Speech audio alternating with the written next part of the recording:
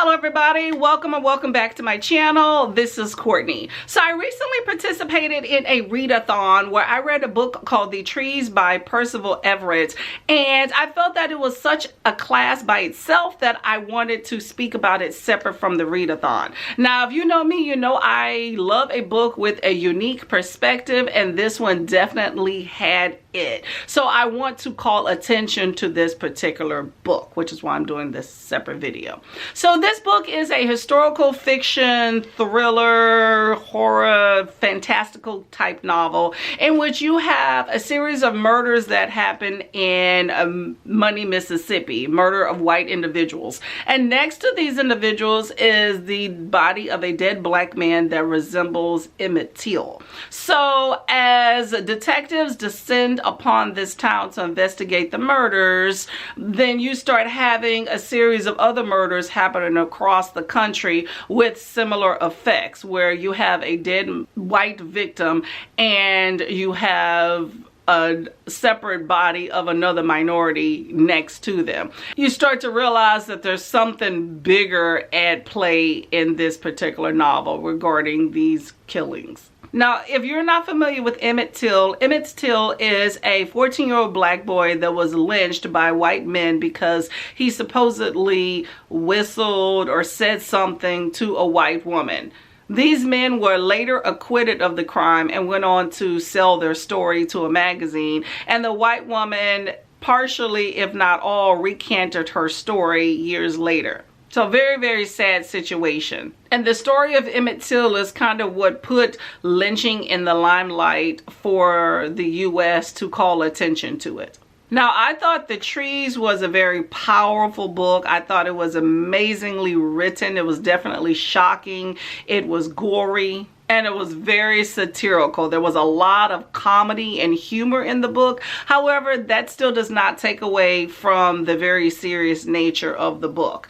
It highlighted a whole lot of racism, and it was different types of racism. Like, you have the idea that somebody calls you a racial slur directly to your face or refers to whole groups of people as that. You have the idea of an educated black man being called uppity and needed to be put into his place. And you have the cops that stop black people in order to intimidate them.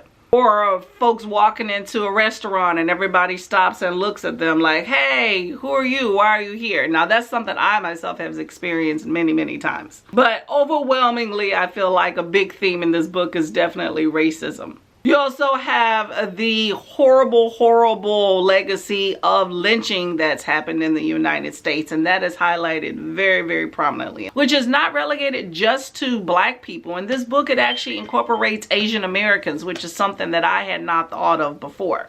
But this book also incorporates modern day lynching as the police killing of black men in this country, and I thought that that was a very powerful correlation. What I did like about this book, and it actually took some time, but every single name is stated inside of this book, and I thought that was very beautiful to lend a voice and lend a name to people that have been lost through heinous actions. What was really interesting is that some of these people didn't even have names. She would just say 16 black men. These are actual people's names, not fictional characters. I salute Percival Everett for highlighting that. I thought it was really awesome. Now, the N-word was used quite a lot in this book. You know what that word is.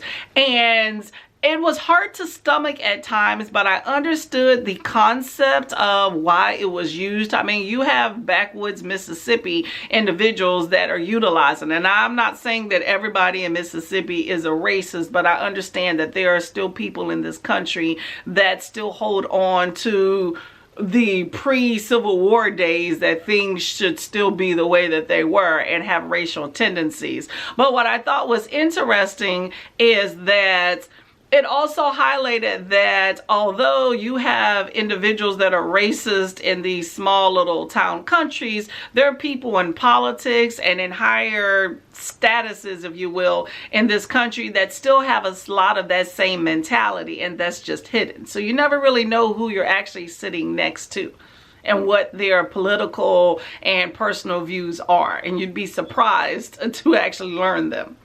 And the last thing that I want to say about this book is that it showed that you can have white people that can be white supremacists or white racists and want to identify with certain groups, but they can still be hiding a black ancestry. So you never know what comprises of someone's genetics until you look. So if you're going to spew hate, don't be surprised if you wind up hating yourself.